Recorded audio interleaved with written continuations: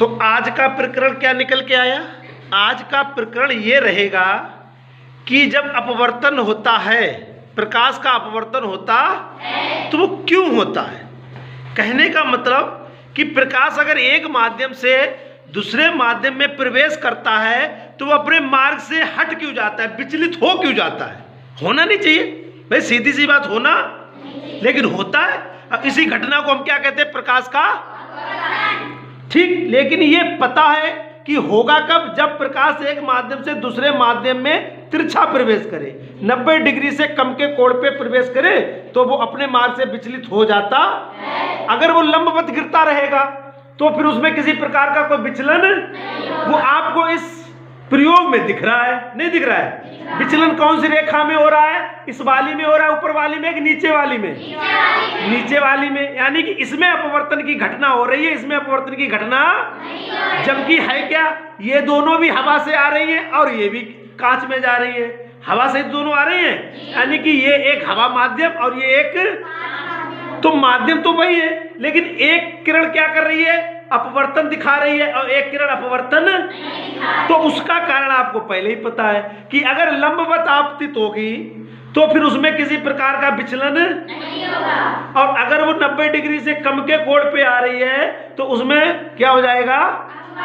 अपवर्तन हो जाएगा। यानी वो अपने मार्ग से विचलित, और वो आपको दिख भी रही है, कांच के अंदर भी दिख रही होगी क्योंकि बहुत धुंधली सी है, आपको दिख रही होगी, इसमें नहीं आ रही वो अलग बात है, लेकिन आपको ये दिख रही होगी, ये लाल वाली एक अंदर दिख रही है, नहीं है? तो ये क्या है?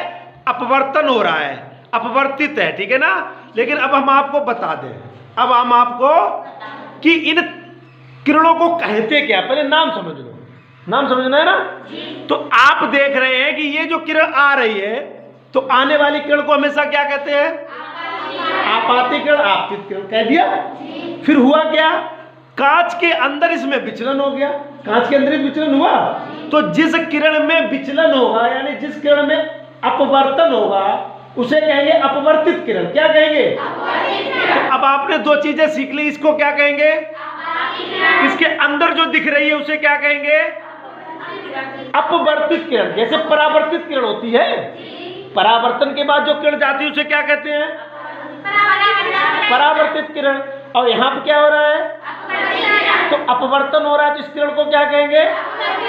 अपवर्तित किरण। अपवर्तन हो रहा है तो किस किरण का क्या नाम हो जाएगा? अच्छा, फिर ये किरण निकल गई, ये किरण बाहर निकल गई, तो जो किरण बाहर निकल जाएगी उसे कहेंगे निर्गत किरण। निर्गत माने निकल गई, निर्गत किरण क्या कहेंगे? तो यहाँ पे 3 तरीके की किरणें हैं, यहाँ पे इसको कहेंगे, अंदर वाली को कहेंगे अपवर्तित किरण, जो निकल गई उसे कहेंगे निर्गत किरण। निर्गत किरण, निर्गत। तो इन किरणों के नाम आप आसानी से समझ सकते हैं यहाँ देख के। ये वाली आपाती, इसके अंदर वाली, और जो निकल गई ऊपर ये वाली निर्गत किरण। तो किरणें समझ में आ गई।